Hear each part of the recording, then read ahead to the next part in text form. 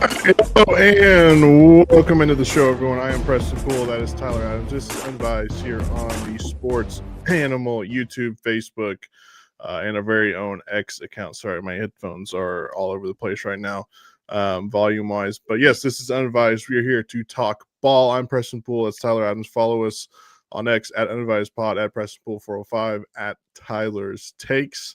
Lot to talk about today. T-Bag will get into MLB playoffs going on. I think I saw you tweeting about that the other day. Got college football, obviously, and then NFL, too. 1 second, real quick. Okay. Had to clear my throat there. Yeah, gosh, what was his name? The pitcher for the Yankees, the closer that they brought out. I'm pulling it up right now. I've heard of him. So, side note, I listen to SportsCenter on our overnight every morning to cut up audio for Curtis, and that's how I get all of my baseball information. Is solely based off like what happened on SportsCenter. Like if I asked Preston one day, like, "Oh, did you see that Aaron Judge home run?" I never saw it, but I heard it, and I know what we're talking about. So I've heard of all these guys, but now I'm putting names and faces. I don't watch a lot of baseball. Tim Hill, the closer for the Yankees. I'm not one to judge on looks. Like I'm no 10. But that guy literally looked like he just got done hitting the meth pipe at a trailer park. When he was jogging out there, I was like, this is a closer for the New York Yankees. Yeah, it's the shaving thing, right? You got to allow a man like that to grow a beard or something. He's skinny and he's got that weird like pale to where it's like it looks like it's a sick pale, like a crackhead pale. But yeah, so that's my baseball talk right there. That's Yankees good enough. Closer looked like a crackhead. That's good enough. Earlier today, the Tigers beat the Guardians, so the Tigers move on to take on the Mariners in the divisional round. The Mariners are the 2 seed in the AL. Coming up later, we'll have the Red Sox and the Yankees. Should be starting in about 30 minutes or so. Winner of that goes on to play the Blue Jays, which is the 1 seed in the AL. Dodgers win yesterday night, swept the Reds. A lot of people are pissed the Reds made the playoffs. But again, the Dodgers are just like a freight train that everyone's just waiting to pick up speed. And if they pick up speed right now, then it might just be cooked for the rest of the MLB. Everyone. Yeah. No, man, this is the best of the year. We've made it to the best of the year. We got NBA rolling up too. The Thunder tip off 3 weeks from now. First preseason this weekend, Sunday. And again, Preston, you're well aware about this. For me, about this, whatever that would be. My words are getting mixed up here. But I'm not a baseball, like I don't hate baseball. I'm not a baseball hater. I never grew up playing it, and I never grew up with a team, and my dad was the same way. So it's like just naturally, like it wasn't my like favorite sport ever. But playoff baseball, dude, is the tension you feel through the TV screen is incredible. Like I'm having Red Sox Yankees over the NFL game tonight. No question about it. Question about it. Yeah, I mean that's a massive game, a massive rivalry, obviously. So that's a big thing, and it that feels game's like aura. That has so much aura. I mean, I was watching the Tigers Guardians game, and I forget which inning it was, but all the Tigers needed was an out. It was a ground ball hit to the first baseman. First baseman throws it to the pitcher who's running to first to tag first base. The pitcher just completely whiffs on it, misses the ball. The Guardians score 2, and it cuts the lead, from 6-1 to 6-3. And you're like, oh man, here you go. I think it was like the 7th inning. You're like, well, now the Guardians are gonna, try and fight back. And you can just feel that tension all the way up until the final out in the 9th inning. It's the best. Every pitch matter, every hit matters, everything. My favorite thing baseball diehards say, the best thing about baseball is you have to get 27 outs. There's no clock. It will go all day if it needs to. Yeah. It'll go all week if it needs to. As long as you need to, yeah. But just watching the bottom of the 9th of the Yankees Red Sox the other night, I had a dinner with my family last night, so I didn't get to watch a whole lot of baseball. But so back on Tuesday, watching that Red Sox Yankees, I mean, the Yankees to get bases loaded, 3 straight hits, bases loaded. And I just remember thinking to myself, like, we're in for an incredible inning no matter what. Either the Yankees are going to tie this or walk this off, and the crowd's going to go absolutely insane, or we're going to see Chapman just deal right here and strike 3 guys out. Sure enough, that's what he did. Like, we were in for a great ending no matter what. The only bad ending would have been a tie, and then we get to like 14 innings. We start getting bored after a while. But even in that moment, a tie would have been incredible. So this NL divisional series between the Dodgers and Phillies, I'm calling that the World Series. That is the World Series right there. Whoever wins that, I think, is going to go and win the World Series. Those are 2 great teams right there. I do want to give it up to the Guardians because the comeback that they had to win that division is incredible. I know it must suck for their fans because the Tigers, who you beat for that division, just beat in the playoffs. But I mean, the month of August and September must have been the most fun you've had as a sports fan to be 15 and a half games back, I think. Yeah, something like that. From the division, like below 500 and come back, storming back and win that division was incredible. That had to be an all-time run for those fans and that team. That's something you talk about in 20 years where it's like, you remember that little scrappy Guardians team? Oh, no, I went through one of those runs with the 2011 Cardinals. They won it all, too. Like, that they won it all. They were like 12 games back, I think, with like a month to play or something like that, and ended up making it in the playoffs. So is a baseball run probably the most fun run to go on just because it's so short and quick and it's just like every night, literally every single night.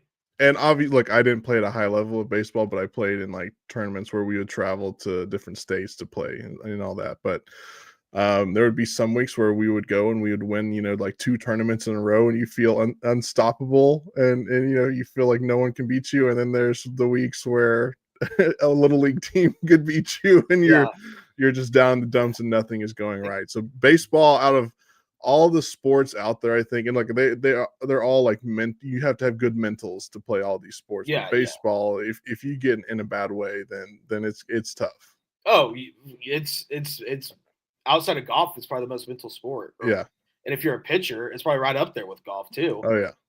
And then hitting the ball. But I mean, I would just say, like, as a playoff run, like the Thunder all-time playoff run, like that was the best 2 months of any of our lives, and stressful. But like there was like, and like how, like once it was 3-1 in the Western Conference Finals, it's like, all right, we're going to the finals. We're not going to blow this. We're going to get there. So it's just kind of like the stress winds down for about a week, And in baseball, it is literally every single day. There's no giving up. Like we had a week break between Grizzlies and Nuggets. So like the baseball, I mean, like the 2004 Red Sox, like those 4 straight nights have come back from 3-0 against the Yankees. Like those have to be just all. Because how fast it goes. Yeah, no, I mean, I remember that 2011 World Series when you had Game 6, which was one of the most epic games. I'll never forget that.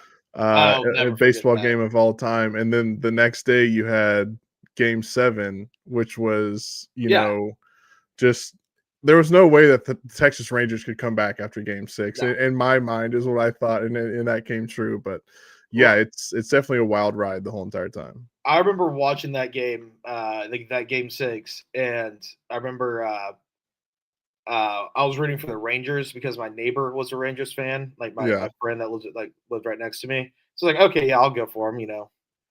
This was before I got the reality check of sports to not root for your friend's team if you're not a fan for them. Preston Poole loves that one too. But then I remember I was watching Game 6 with my dad, and then when the Cardinals won, he's like, "Yeah, this one's over." And I was like, "Rangers can win tomorrow." My dad's like, "There's 0% chance the Rangers are winning tomorrow." You cannot come back from something like that. Yeah. And my dad's like, "The Cardinals are celebrating like they won the World Series. Look at them. They literally just did." Yeah, no, it wwent that exact way. So, but yeah, I'm definitely going to be watching that Red Sox Yankees game tonight. Padres Cubs going on right now. Cubs up 3-0 in the top of the 8th. Winner of that plays the Brewers and the 1 seed. I'm rooting for the Cubs. I'm rooting for the Cubs solely because the good vibes can transfer over to the Bears. Yeah, if everyone's optimistic and happy in Chicago, then the players will feed off that. I'm trying to manifest a Padres run here in the next, couple of at bats. Need some runs on the board for the Padres. The Cubs collapse to lead to a Bears collapse. Yeah, I hate the Cubs with everything in my. Oh yeah, you're a Cardinals guy. Yeah. I'm especially rooting for the Cubs then. Anything else in baseball before we move on to college football? No, but today was. I wish I appreciated it more on Tuesday, but today was the first time where I was like, "Oh, it's the best of the year." Like I'm picking a playoff baseball game over football. That rocks. Yeah. Like that means we're in a great sports spot. Yeah, no, 100%. 100%.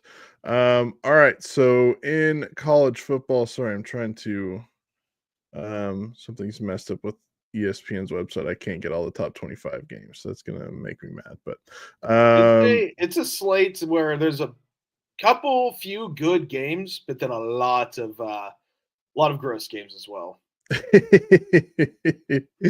obviously we have Oklahoma State taking on um Arizona on Saturday, and you have Oklahoma taking on Kent State, which that's gonna Biggest be point spread of the weekend by miles. yeah, yeah, and Miles. that's without the starting 44 and a quarterback half right now. for the Sooners. But Yeah. I'm going to talk about this Oklahoma State Arizona game. So when I look at this line, it started out at like what 18, something like that. It's moved all the way up to 20 and a half. And after last week, T-Bag, I sit here and I think I might take Oklahoma State plus the 20 and a half. I don't think Oklahoma State's going to get their ass absolutely kicked and blown out of too many games the remainder of the way. I think they're going to be at least keep it within 20 points. I mean, there might be some that get out of hand, right? I know they're losing guys left and right, but I just find it hard to believe that they're going to lose, get their asses kicked every single weekend. I'm totally with you, Preston. I don't think they're going to, but I don't think any of us would be shocked if OSU wins that game. Yeah. I don't think Arizona is like world beaters to where they No. should be 20-point favorites against anyone. But the one reason why I'm going to pick OSU to get killed in this game is just because what is Vegas saying right now? Like, is Vegas just begging us to take OSU? Like, that's my thing. Like, what does Vegas know? So I'm with you all the way, but I'm just going to have to pick Vegas and say Arizona's going to win this game and win this game by a lot, because I would have guessed that line would be like 9.5. Yeah. I would have guessed that. That's what I thought too. Over doubled. Yeah. So 20 and a half is crazy. You're going to be out for the post game, so they asked me to fill in your spot on the OSU post game. So that should be interesting. Me and Gideon talking Oklahoma State against Arizona. Oh, you're going to be trolling him so hard. No, I'll keep it cordial. I apologize to the audience. I have another wedding this weekend. This one I'm an usher in.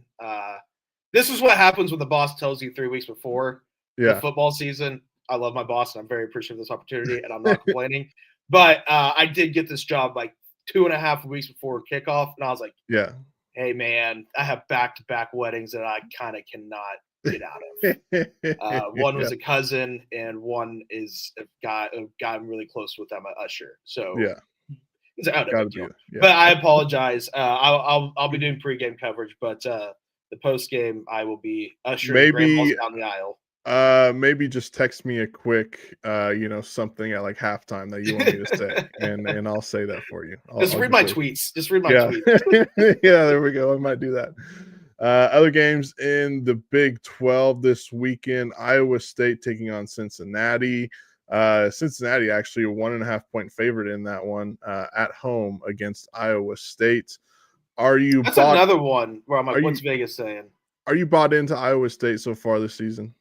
I want to be, but the line, they keep winning, but Vegas doesn't think they're that good, obviously, because their lines have been pretty weird. And then this one, I think it's Vegas asking you once again to take Iowa State. So I think Cincinnati's going to win this game. I think Cincinnati's pretty good, actually. I mean, they're 3-1 right now. They're not Big 12 contenders good. But I mean, I'm like Sorsby, their quarterback's having a pretty good season. I think he's only thrown one interception or something like that. So he's done really good. But I think Cincinnati is a much improved football team. So I think Cincinnati's going to win this game. Even if Iowa State was favored by like 3, I think this is one where Cincinnati is going to get a big win with Scott Satterfield. Yeah, their only loss was that first game against Nebraska, which was like a dogfight. They beat Kansas at Kansas last weekend. Impressive. That's an impressive win. Yeah, for sure. And then they put a whopping 70 points on Northwestern State. I believe that's they're in Louisiana. So if you're wondering about the Bearcats, so Gosh, this website is just being so slow today. This is crazy. I couldn't even get mine to load last week when we tried to do it, so I just pulled it up on my phone. Texas Tech at Houston. Houston with that comeback win last week. Where were they playing Friday night last week? I'm blanking. Houston, Oregon State. Yeah, at Oregon State they were playing. They had a comeback win in that one. Houston's 4-0. Tech is 4-0. Tech is a top 15 team in the country. Yep. They're up to number 11.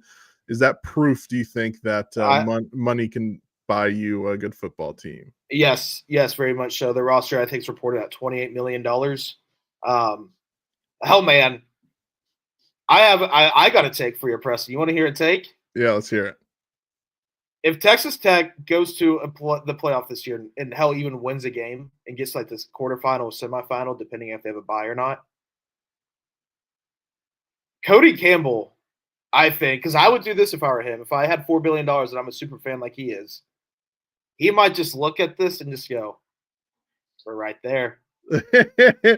just buy whatever they need. $45 million into whatever it takes. You just honestly just like, hey, if it takes $100 million, it takes $100 million kind of thing. Like, I wouldn't be shocked if they get to the playoff and they win a game and they're right there.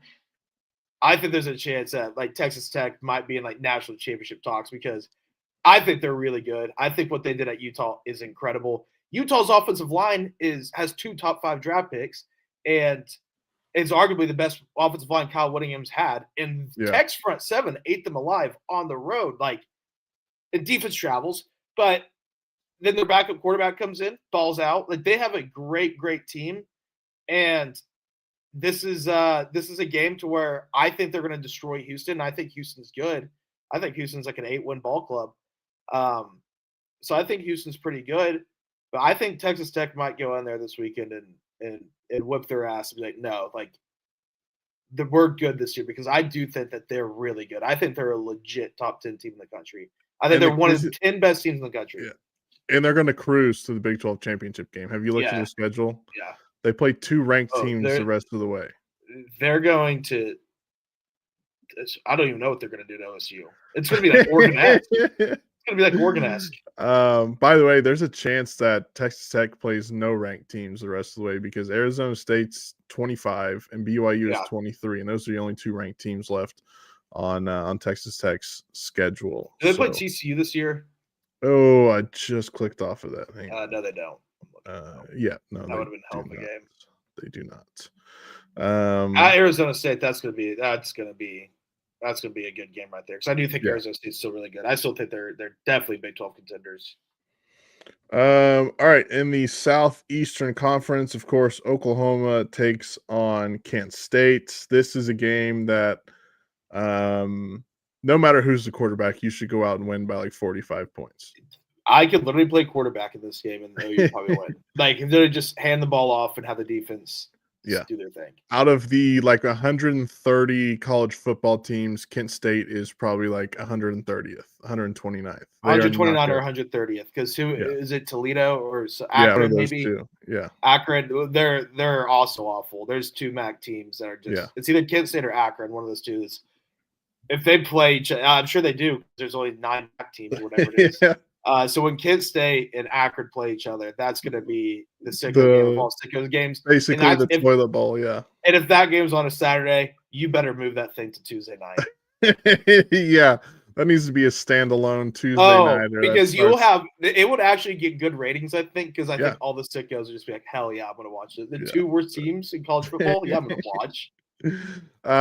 So yeah, look, there's not a whole lot of things that we can set up and break down. Going to run the most basic scheme. They're just gonna get Hawkins ready in case they need him for Texas. Hell, I kind of like Kent State plus they're really bad. Never mind. I was gonna say I kind of like Kent State plus the points this weekend just because I could see OU. Say Oklahoma's defense is still going to be on the field, and what I'm saying, no, Kent State's not going to score a touchdown. I'm saying I could see OU winning this game like 42-0 or something. Yeah, because they're going to be just playing very vanilla. But at the same time, even if they're playing the most vanilla game scheme, they're probably still win by 50. Yeah, no, 100%. You will be able to see, it sounds like Giovanni Gibson make his official start for the Sooners. I'm He's been excited out. to see what he has. I know Kerry Murdoch and all those guys are very high on him. And then Eli Bowen will make his return from injury. Obviously, a freshman All-American last year at cornerback. It'll be interesting to see what they do with Guillory, the freshman that's been playing good for him.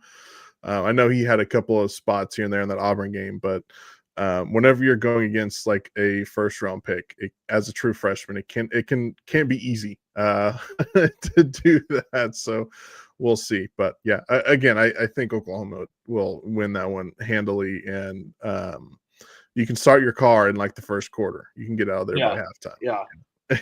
this would be a good game to like give your tickets away to someone that could use them or something. Exactly. This is a good game for that. Take the weekend off. Yeah. There's a bye week line. Just have the double bye week. Yeah, back to back. 2 bye weeks and get ready for that big one next week in Dallas. Rest up. Kentucky, Georgia, the end of that game last week. I don't know if you got to see it. I think we already talked about it anyways, but we there's like a guest house for like the where the groomsmen and bridesmaids all hang out for the wedding. It had a TV in there, so I went and watched it the entire fourth quarter at the wedding. Georgia won that one. Texas and Florida. This one in Gainesville, in the swamp. Florida 1-3. Have they even fired Billy Napier yet? No. I feel like if they get crushed in this game, which I think they're alive in this game, I do. Yeah. But I think if they get crushed, this might be the weekend. It's going to be 2 good defenses, a terrible offense, and what can Arch do? What does the offense for Texas look like? But Florida's offense isn't going to do much, I don't think. But 2 good defenses in this game. Texas is a 4.5-point favorite. And that one, again, in Gainesville. How about this one? A rematch of a good one last year. Never thought we'd be at this point in our lives. Vanderbilt taking on Alabama, a top 25 matchup. This one in Tuscaloosa. Alabama's a 10.5-point favorite. I like Vanderbilt. I think Alabama's this morning I was like, I'm all over Alabama. They're going to get their revenge. And I do think they're going to win this game. But I like Vanderbilt. And then you heard Diego Pavia is being mentored by Johnny Manziel, and you completely flipped. And dude, what's the one thing that Alabama struggles with Kalen DeBoer and their defensive coordinators, a running quarterback? That's been like since Nick Saban was there. That's not even like a new thing for Alabama. True. It's just something they struggle with. And Diego Pavia just might be that guy. But I'm not going to be shocked if Alabama wins this by a lot. But I kind of like Vanderbilt plus that 10.5 right there. I think if Alabama lost to Vanderbilt for the second year in a row, and this one at home in Tuscaloosa, they might get Kalen DeBoer's head on like a spike or something like that. Send him to Stillwater. Yeah. They might pack his bags for him if that were the case, and that's putting it nicely for them. So that'll be a good one at 2:30 on Saturday. The Oklahoma game kicking off at 3 on the SEC network. And then you have Mississippi State and Texas A&M. Mississippi State with one of the best losses so far this season, that loss to Tennessee at home. That was a good one, taking on a number 6 ranked Texas A&M team at Kyle Field. It's an interesting one because I think Mississippi State's a good, decent football team. Yeah. So this doesn't deserve SEC Network. This deserves like ESPN. Yeah. But yeah, this is an interesting game. I'm excited to watch this one. I don't really have an opinion one way or another because I do think Texas A&M is really good, obviously. But I don't know if Mississippi State's really good or not yet. I think they have a chance to be a pretty good team. But I'm also not going to be surprised if they are a 6-6 team. But I think there's a chance they're an 8-win ball club. I'm trying to figure out what even is the ABC late night game this week. Is it Florida State Miami? Yeah, that might be it. Yeah, I completely forgot about them. Yeah, it is. I don't know. I put top 25. This website is driving me crazy. All right, yeah. So let's go ahead and talk about that game in the ACC. That's a big one. Obviously, the upset win last week over Florida State from Virginia with the epic field storming. Miami's looked like one of the best teams in the country so far. This is a big time game in Tallahassee. Miami's a 4.5-point favorite. Yeah, and I like Miami in this game too. I think Miami might be the best team in the country. I probably Ohio State, but Miami's really good. They have Carson Beck's had a really good season. They have a really good defense, and I do think Florida State is good, but I don't think they're ACC contending good. I think they're set behind what Miami is, obviously ahead of what Clemson is, but I still think they might be even behind a little bit of Georgia Tech. Even though they've been struggling. But I like Miami to win this one I like them minus at 4.5. I mean, I don't think they're going to win this game by 20, but I think they'll win this game by a touchdown. Florida State feels like they got so high after that Alabama win. They rode the wave, and then it was a perfect storm, and everything crumbled against Virginia last week is what it felt like. Yeah. Now we'll see if they can keep it back on the track. Isn't it what we thought it might be? Yeah, no, 100%. Sorry, the Padres just hit a home run here. I need to see what the score is. I think it's probably only 3-1. So we'll have to go and check back in on that. Nothing really else in the ACC this week except for that one. What about the Big Ten this weekend? We've got Wisconsin taking on Michigan, Illinois, Purdue. Can Penn State bounce back against UCLA? Lock of the week. Lock of the week. 24.5 points. That one being played in the Rose Bowl out in Pasadena. So no major games in the Big Ten this week. Gross week for the Big Ten. One big game in the ACC. So if this were ever a weekend to have to deal with a wedding on a Saturday, I think you're pretty good. Back to back though. Last one until April, I think. So yeah, there you go. Gotten over the wedding season of 2025. We're on to 2026. All right, let's move on to the NFL real quick, and then we'll wrap things up. Sorry, my computer is just being crazy slow right now. 49ers and the Rams tonight on Prime. The Rams an 8.5-point favorite. The 49ers are just the most hurt franchise in the history of hurt franchises. They are without Brock Purdy tonight. That's the reason that this is second TV treatment. Yeah. So it's probably just going to be the Rams show tonight, which sucks because both teams are 3-1. This is a divisional game. It should be a good one, but the 49ers are just so banged up. Yeah. I like the Rams tonight. 8.5 is a lot for a divisional game. That's probably the right play. 8.5 is a lot for any NFL game. Any NFL game, yeah, especially divisional. Actually, you know what, Preston Pool? Screw it. We're going Niners. We also have another game across the pond in London in Tottenham Hotspur Stadium. We are sending them the best we got. That is the 2-2 Vikings and the 1-3 Cleveland Browns with the new starting quarterback, by the way. Yeah. Gross. Okay, sorry, I might be making a wager right there. This would be the Browns also started Dylan Gabriel while they're going to Europe to play Brian Flores is questionable. Yeah, what would this be like the Premier League sending over to us? It would be like Tottenham against like Crystal Palace. Crystal Palace just won the FA Cup. More like I don't know, like Leeds United or something. Yeah, like Leeds United. Like Tottenham's like one of those big brands, but they don't win anything. Like the Vikings, that they're a big brand, but they don't win anything. And then just think of a bad organization. Granted, though, all the Premier League teams are semi good because you have to stay up and not get relegated. But yeah, it wouldn't be a good one. Yeah. Also, if you have kids, close your laptop real quick or turn off your TV. We're very much cucks for going over to Europe and playing our game over there. That's exactly what I've been thinking. They were like, hell no, we're not going over there. This game is they don't need us, yet the NFL thinks that we need Europe to love American football. Screw them. They don't send Arsenal and Liverpool and all them over here to play. No, because their reasoning is like Premier League football is meant to be played in England. Yes. Like they're like American football is meant to be played in America. I mean, I don't know who invented soccer. I don't think it was England. It could be. I don't know. But all those teams, they didn't invent that sport. Yeah. and we invented football. This is supposed to be played on American soil. If they were sending teams over here and we got a good trade-off, okay. Yeah. But we're not getting the trade-off, and we're cucks for it. Yeah. All we get is like preseason like friendlies, but none of the good players even play. Yeah, if they do, it's for the first 20 minutes. And they're just kind of jogging around the field, just conditioning. Exactly. Yeah, we have to wait till Messi like retires basically, and is like, I'm gonna go mess around in the MLS for a couple years. Or what's his name? Son from Tottenham came over and is on the LA Galaxy now, and it's just. I think he scored like 2 goals in every game. It's gotta be the fun they've ever had playing soccer in their life. Oh yeah. You to go go out, from the dominate. to go from the best league,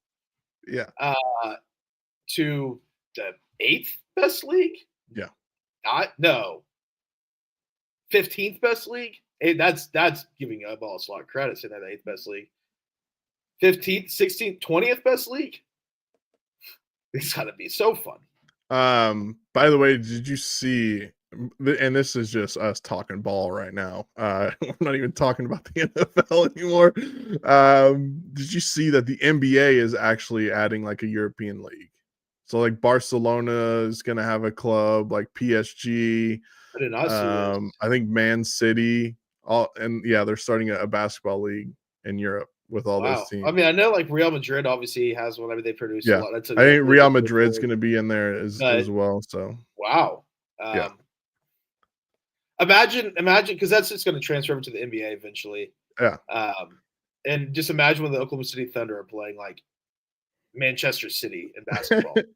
It's tip is at 6 a.m. Local time. That'd be a fun. The morning animals do the pregame show. I would hate life if that happened. I would hate that, but no, that eventually will happen. I know that for sure. That one of those European teams will be like, oh yeah, well, why don't we just schedule like instead of the end season tournament being just NBA teams, it'll be all the European teams as well.